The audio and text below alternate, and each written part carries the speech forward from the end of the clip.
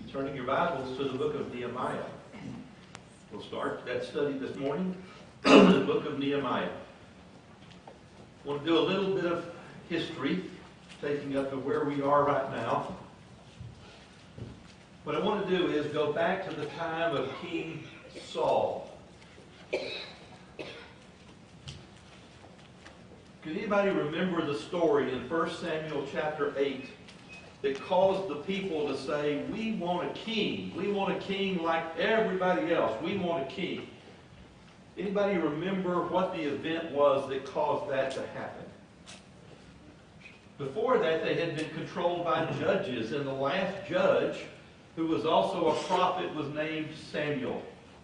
Samuel had two sons who were the heir apparent. What kind of boys were they? 1 Samuel chapter 8, verses 1 and 2. Worthless. They were worthless. Because of that, we want a king. And so there were three kings. There was Saul, David, and Solomon. In what's called the United Kingdom. That is, the north and the south were together. Something happened, we read about this in 1 Kings chapter 11, Wednesday night, that caused this nation to head on a downward spiral. Two things, but one in particular had to do with the life of the third king. He made choices that were really, really bad. What were the bad choices that he made? Women. Evil women. Because of that, God says, I'm taking the kingdom away from you, but not in your lifetime. I'm going to take it away from you in the lifetime of your son. It was there where you saw the nation split into the southern kingdom and the northern kingdom. The northern kingdom was held for a while by his son Rehoboam.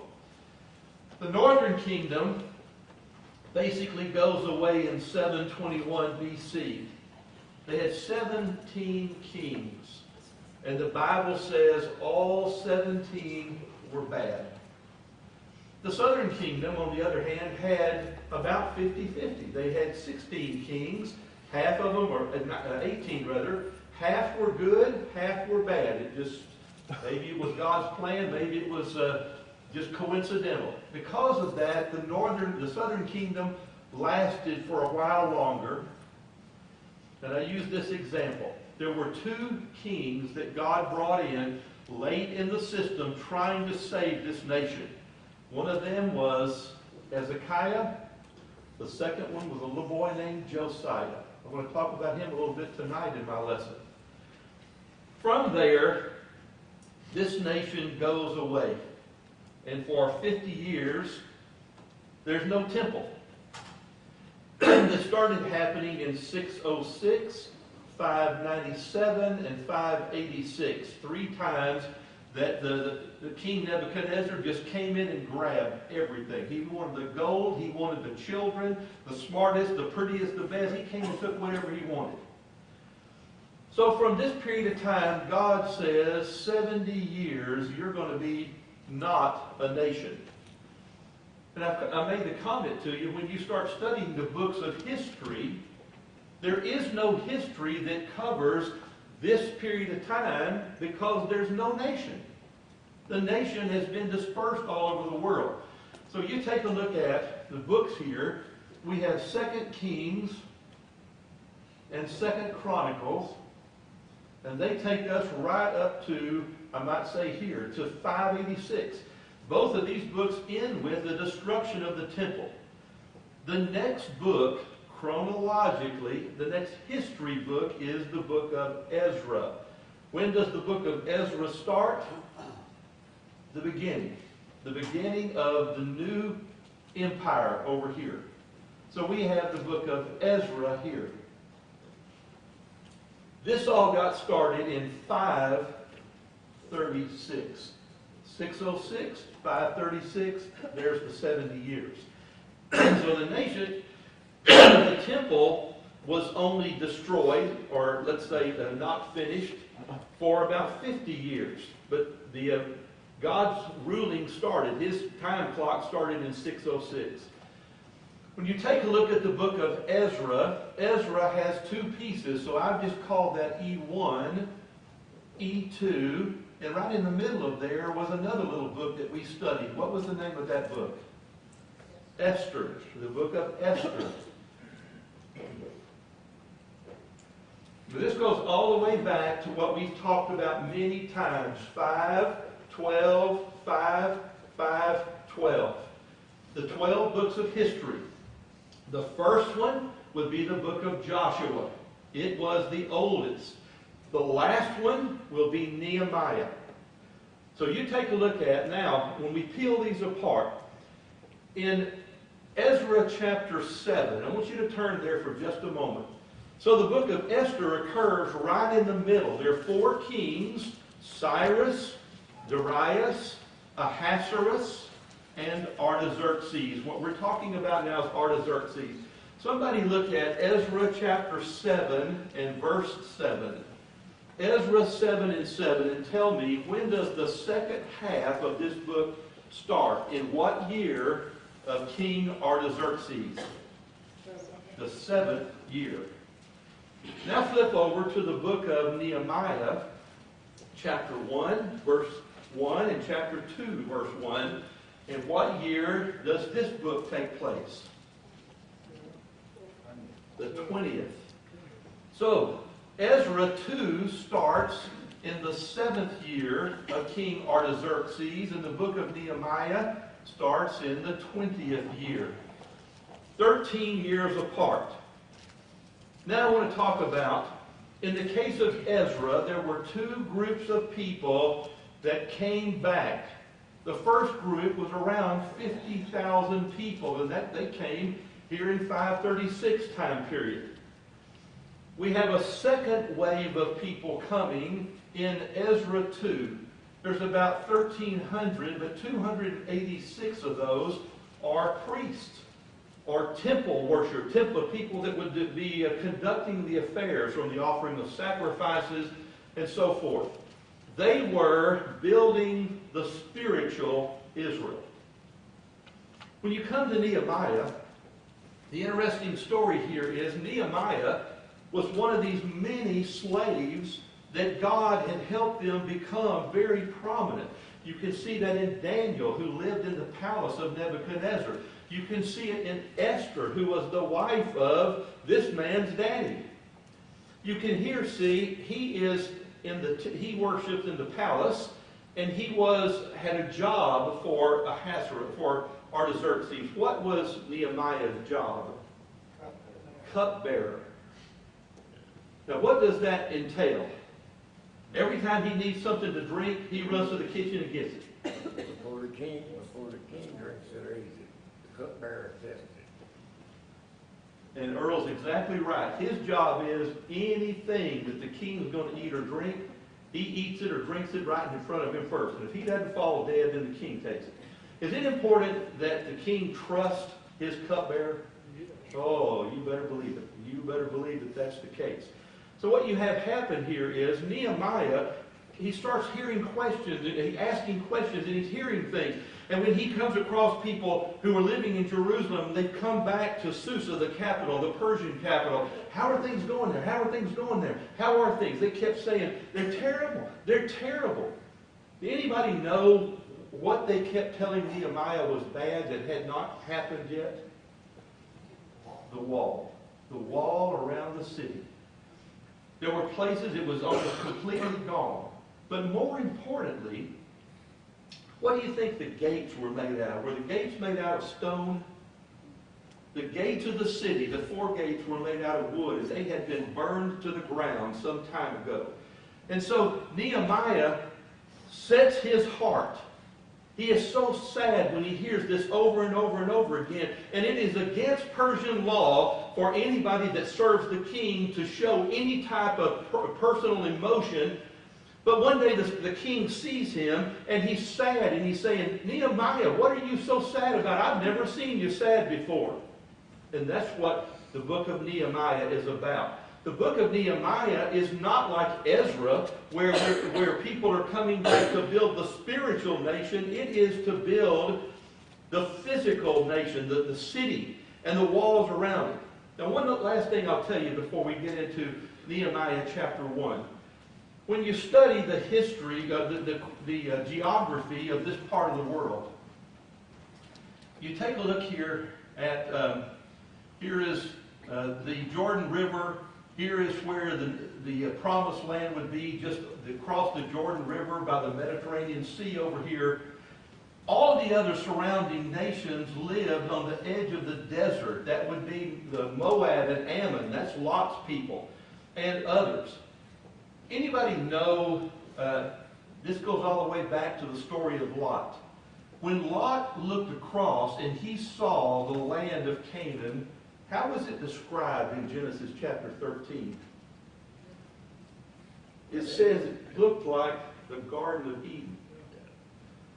These nations round about, when God carried these people out and dispersed them all over the land, that was the greatest thing in the world that could happen to them. They are backfilling back into a place that has water and has the ability to raise crops like they've never seen before. They live down here right on the edge of the desert, and they could only participate slightly. Now God rips all these people out, and they're gone for 50 to 70 years, and all of these nations backfill up in here because this is the greatest thing that's ever happened to them. Now here's what happens. When the decision is made to start building a wall around this city, which basically then makes it more difficult for other people to come and go as they please, did that make the people that had moved in there happy? Not even a little bit. So this is the story of the first 2 chapters of the book of Nehemiah. So I want to pick that up. Now let's begin reading there in just a moment. Byron, would you lead us in prayer, please? Dear Lord, we thank you for the opportunity we have to meet here this morning and worship you in peace and in tranquility. Dear Lord, be with Brother Rick as he brings us the lesson this morning. May he speak only words of the truth. Dear Lord, be with us as we go through this worship service today. Forgive us of our sins as we ask in Christ's name. Amen. Nehemiah chapter 1 and verse 1. The words of Nehemiah, the son of Hakaliah, it came about in the month Chevet in the 20th year, when I was in Susa, the capital, that Hananiah, one of my brothers, and some of the men from Judah came. And I asked them concerning the Jews who had escaped and had survived the captivity, and about Jerusalem. So he's got questions about this, so he's asking now. So this is 13 years after Ezra and about 1,300 people came. So the temple had been built. Ezra now had been teaching the people. They were becoming more moral. They realized that they had real issues with the marriage of foreign women, and that was dealt with, and we just read that a little while ago. So now he's asking about all of this because, and I will tell you this, unlike some of the other people, Nehemiah had to have been born in either in Babylon or Persia. He's too old to have come as a child like Daniel. So I don't know if he's been living there for 2 generations, his people, or 3 generations, but he certainly was not brought from Egypt, from Jerusalem. So he's never been there, probably, and he keeps asking, how are things going? How are things going? In verse 3, and they said to me, the remnant is there in the province who survived the captivity are in great distress and reproach, and the wall of Jerusalem is broken down and the gates are burned with fire. There's no indication in any of the other texts that that was of great concern to anybody else. When Ezra came, he did what he was supposed to do. He was training the people spiritually. He was trying to get the families back like they needed to be. And so there's no indication that this was of great concern except for this man, Nehemiah. And it was of great concern to him. In verse 4, it came about when I heard these, I sat down and wept and mourned for days, and I was fasting and praying before the God of heaven. I want you to think about a phrase that we have heard and we've read many times. God stirred up the spirit. He stirred up the spirit of Cyrus the king. He stirred up the spirit of Zerubbabel when it was time for him to lay the foundation. When all of that bogged down, he stirred up the spirit of Zechariah and Haggai. Now, exactly how he did that, I don't know, but I would tell you, that's what I see here.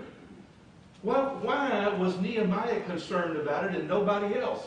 I don't really know that. But when he kept hearing it and hearing it and hearing it, and he sat down and began weeping in verse 4. And I said, and you can see the latter part of verse 4, I was fasting and praying. So now you're going to get a chance to see or read Nehemiah's prayer. We've talked about Daniel's prayer. We've talked about Ezra's prayer. Here's a beautiful prayer. I want you to see if you see similarities between this prayer that I'm about to read and ones we've read before. In verse 6, verse 5, and I said, I beseech thee, O Lord God of heaven, the great and awesome God, who preserves the covenant and loving kindness for those who love him and keep his commandments.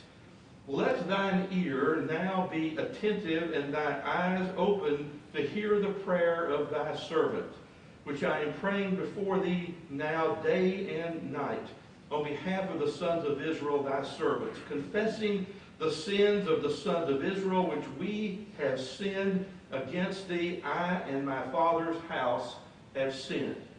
There's two things I want you to look at in that verse. Number one, he starts out saying, I'm praying to you, God, and he gives a description of how he's viewing God. He said that he was praying day and night. I think about what we call the Lord's Prayer. Matthew chapter 6 as an example. We'll be studying that. Owen's going to be teaching the book of Matthew. So the disciples said to Jesus, teach us to pray like you pray. Teach us to pray like John the Baptist taught his disciples. Well, people had been praying for 2,000 years. What was it about Jesus' prayer, the way he prayed, that was so different? I'm going to tell you, most of them had never seen anybody pray as much and as long as Jesus prayed. This man is praying day and night. How many of us, please don't raise your hand, how many of us find time every once in a while to have a 3-minute prayer or a 5-minute prayer, and we feel like, well, I prayed about that. He's telling God, like God wouldn't know, I'm praying day and night. Here's the next thing that happens. Look at the latter part of verse 6. I am confessing the sins of the sons of Israel, which we have sinned against thee, and I and my father's house have sinned.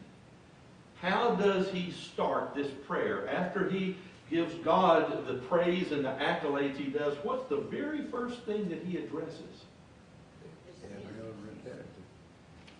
The nation's sins and him and his father's sins. Is that a good place to start a prayer? I said to you Wednesday night, sometimes we view prayer as kind of like sitting on Santa Claus's lap, and we want to get through all the stuff that we need to get through so we can tell him all the stuff we need. This is not how he started this prayer. In verse 7, we have acted very corruptly against thee and have not kept the commandments, nor the statutes, nor the ordinances which thou dost command thy servant Moses. Remember the word which thou didst command thy servant Moses, saying, if you are unfaithful, I will scatter you amongst the people. That came from Leviticus 26. Now I want you to think about this. As we studied all these stories of history, do you believe it was common during all of this period of time right in here, the people did not understand that they had sinned, and their sin was causing the problems that they were experiencing? Do you see that that was a common understanding during this period of time? Absolutely not. They didn't know what sin was. They didn't care what sin was. And they believed all of this stuff happened was bad luck. It was just bad luck. What you're seeing here in the prayer of Daniel and the prayer of Ezra that we saw, and this prayer is, I understand the correlation. I understand that this happened and this happened because of what? Sin. My sin. Our sin. David spent some time talking about that when he was here last week. So he's making God understand. I understand the correlation. I understand how I got to where I'm at. I'm just asking you for help to get out of it. In verse 8, remember thy word that he said to Moses. Verse 9, but if you return to me and keep my commandments and do them, though some of you have been scattered to the remotest parts of the heaven, I will gather them from there and bring them to the place where I have chosen to cause my name to dwell. If people figure it out, and if people get turned back around and start heading back toward God, does God start fixing the problems? He might not fix them the way you want them fixed.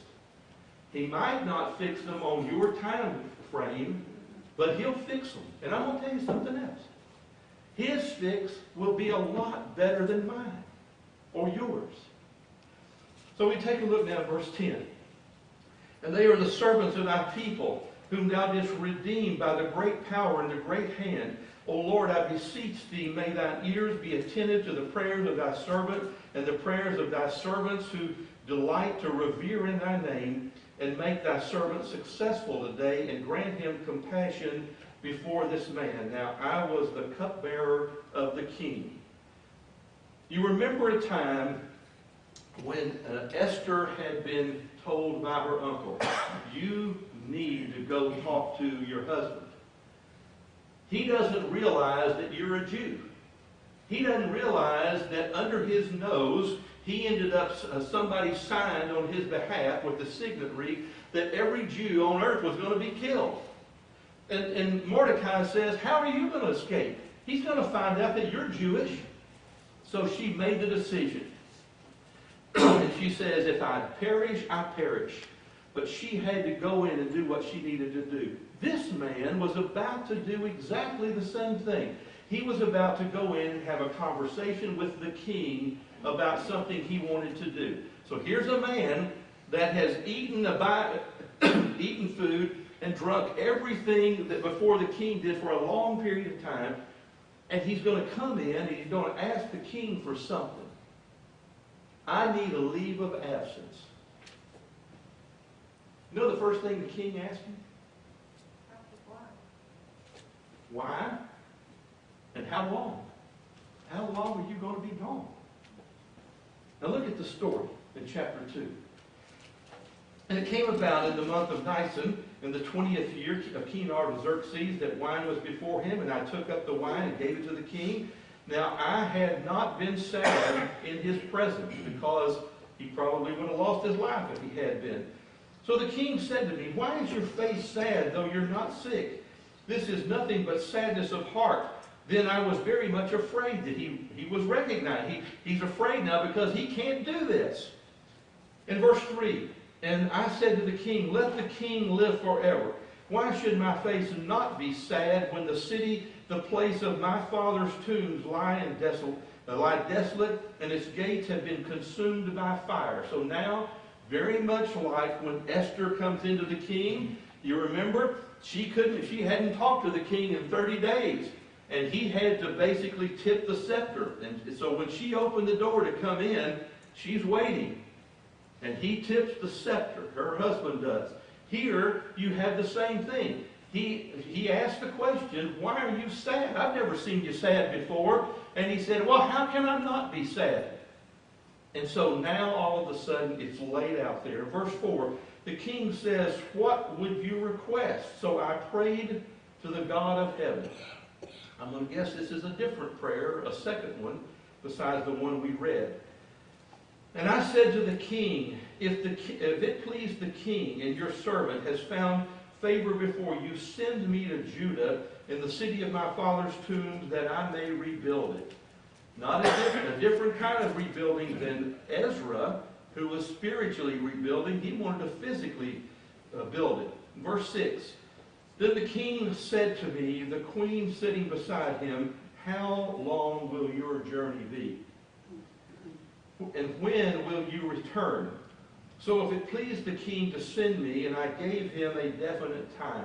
Why do you think he wanted to know how long are you coming back? Why do you think he wanted to know that? He protected his life. So I wonder how long it takes for somebody to be willing to stand in front of you and take a bullet before you trust them. Doesn't happen overnight, does it? I got to know a man, congregation between D.C. and Baltimore that I've done a couple of meetings. The group's called Wildercroft. Glen Burnie. And there's a man there that was Secret Service. And he served as Secret Service during all the time of Ronald Reagan. And he's an older man now, but he's quite interesting. I thought about many times in just visiting with him, and since that time, what would it take for you to know that you might have to stand in front of this fellow and take a bullet for him? And it might be somebody you don't particularly care. Now, he did think highly of Reagan, but what if he didn't? I'm thinking, give me another job someplace. I don't like this guy that much. But what Artaxerxes wants to know is, it's going to take me a long time to find somebody that I trust like you trust. So I want to know, are you coming back, and how long will it be before you come back? So he gave him a definite time. In verse 7, and I said to the king, if it please the king, let letters be given to me for the governors of the province beyond the river, that they may allow me to pass through until I come to Judah. And a letter to Asaph, the keeper of the king's forest, that he may give me timber to make beams for the gates of the fortress which is by the temple. When I read this language, it reminds me of the story of Robin Hood. The king's forest. The king owns everything. All the animals are the king's, the forest. And so he wants a letter that he can carry back to the governor saying, I have permission to rebuild all of this. And he also wants another letter to the man who was the head of the king's forest. I want this. I want this letter so he'll give me the timber that I need. If you imagine Ezra and his people, from the time they left Babylon until they came, they were carrying lots of gold, but it took them 4 months. If you were carrying enough lumber to rebuild a good part of a city, how long would it take? It would take years and years and years. So what he wanted was the ability to cut trees from the local forest. Now again, going back to, you're going to see the Ammonites, who are going to be a part of this in a little while. There's no timber where they live. The timber is in and around here. This land that looked like the Garden of Eden that flowed with milk and honey, which is what Lot saw in Genesis 13. Verse 8, so now he wants a letter to the king, to the elite keeper of the king's forest. The latter part of verse 8, and the king granted them to me because the good hand of my God was upon me. Have we seen that language before? That's a definite indication of providence. He believed that providentially God was going to take care of him. Now take a look at verse 9. And I came to the governors of the province beyond the river, and I gave them the king's letter. And the king had sent with me officers of the army and horsemen for safety and for proof that this is the real deal. And when Sanballat the Horonite and Tobiah the Ammonite officials heard about it, it was very displeasing to them that someone had come to seek the welfare of the sons of Israel. I want to stop for a minute. There is no country called where the Horonites come from. In all likelihood, that was the city where this man came from. So you see here in verse 9, verse 10,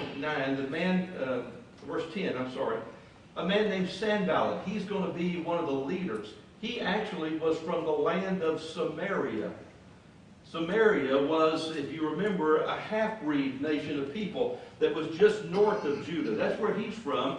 But the second man, take a look at this, verse 10, was from the nation of Ammon, an Ammonite.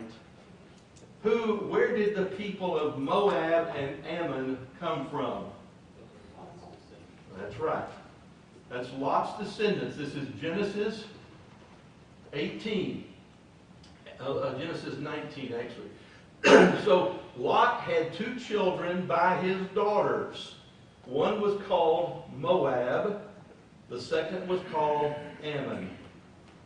These were, I'm just kind of using this as a crude way, when the children of Israel came through here, Esau's people were right up here. They were called Edom. So the people, the children of Israel, had to pass around their land and come in because they didn't want them there, and God said, you leave them alone. They were all part of the land promise of Abraham. So when they crossed, they had to go a long way out of their way not to intrude on these people's land. They didn't want them there. They were afraid of them. So they came around when they crossed the Jordan River right here. So one of these men was from a tribe down here. Now here's what I want you to think about. How many of you, I've heard this about 10 times in the last 2 weeks, how many of you are sick to death of the politics that you see on TV day after day after day? I don't care what side you're on. You're just sick to death of it. Most people say, I want to rip my TV out by the roots. Everybody is looking for their own self-interest, right? Everybody is on one side or the other, and we can only see things our way. Look at the verse right here. And what happens? He says this, in verse 10, and Sanballat the Horonite, this is verse 10, and Tobiah the Ammonite, officials heard about it. It was displeasing to them that someone had come to seek the welfare of the sons of Israel. Why do you think that's a problem? Because they didn't like what was going on. Absolutely.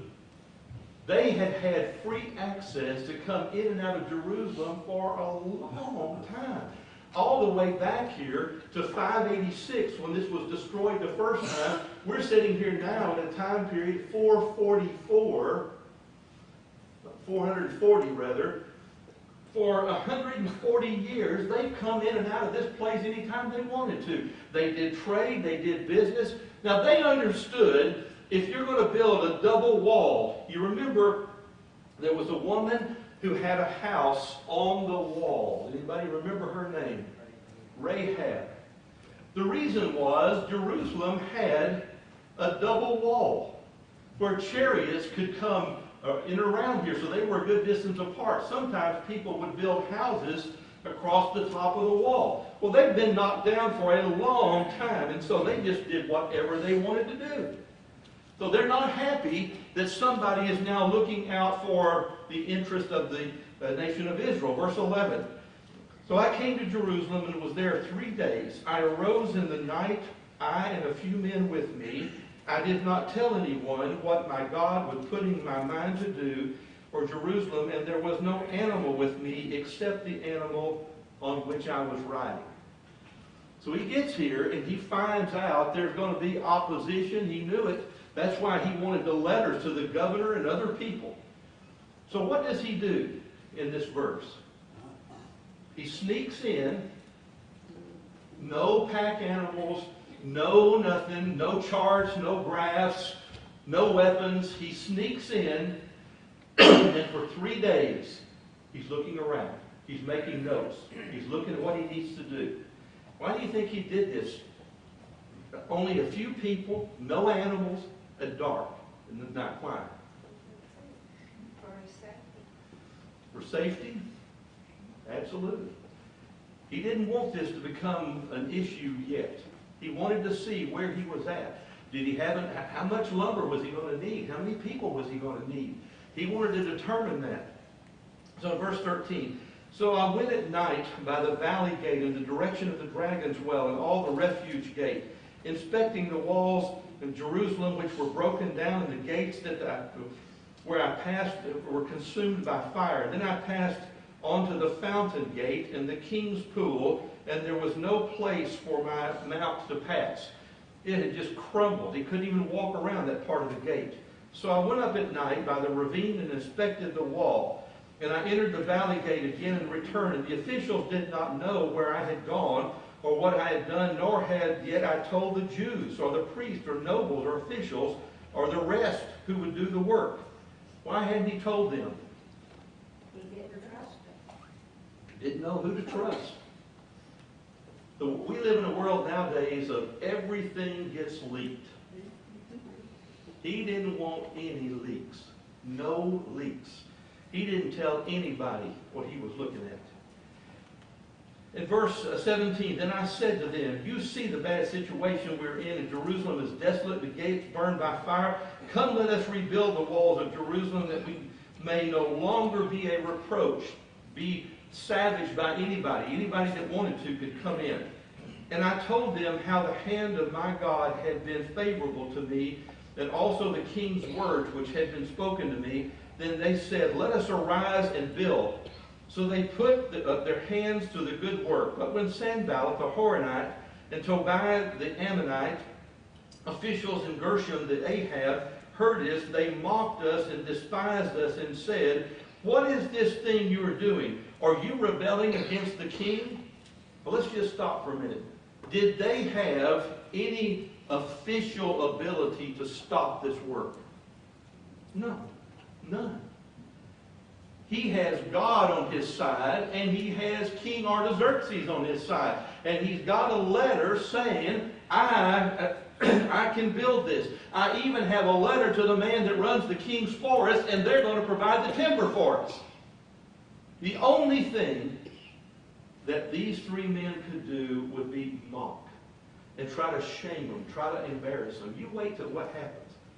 Once they start building the wall, they come up and say, are you kidding me? A fox could knock that down. Anybody could knock down your wall. That's the worst wall I've ever seen. That's all they had. And they were going to use it. In the last verse, verse 20, so I answered them and said, the God of heaven will give us success. Therefore we his servants will arise and build, but you have no portion, right, or memorial in Jerusalem. You're done here. You're finished. Your ability to control this by power or by fear are over. We're fixing that problem. I'm going to tell you, Wednesday night, Lord willing, we're going to look at chapters 3 and 4. You want to talk about division of labor. We're not going to spend a whole lot of time on this, but I'm going to show you something that's really important. So let's use this as the wall here. Here are the gates. And they're houses that have now been built. People have been living here for a long time. But all the way back here to 536, when that first group of people came, they returned to the cities where they came from. They've now had children and grandchildren, and houses are built all around. If this is your house right here, how important would this little piece of wall be to you? And what you see here, in the case of Nehemiah, is the people that live here, it's your job to fix your wall. And it's your job to fix your wall. And it's your job to fix your wall. And he goes through and he lists every single person, the group of people, and the portion of the wall that they were going to be in charge of. Who would have a greater vested interest in this wall being strong than you if you live 10 feet on the other side of it? And that is the plan that they took. So we're going to start, Lord willing, Wednesday evening, looking at chapters 3 and 4, where they begin the building of the wall and how he doled that out to people. Any questions or comments? Rick, on that, the Lord stirring up the heart of the people. We're going to see that there's going to be a lot of hearts stirred up to get help that they didn't expect it from, except they trusted in the Lord, making it happen, because they knew the Lord's power is unlimited. Absolutely. Yes, ma'am. At one time you gave us the dimensions of the wall and why it was thick. Do you still? That actually occurs in Revelation 21. And I don't know if that's literal or figurative, but you can see the walls of heaven. I don't know if I know the dimensions of the walls here, but I'll do a little research on that. All right. So we will pick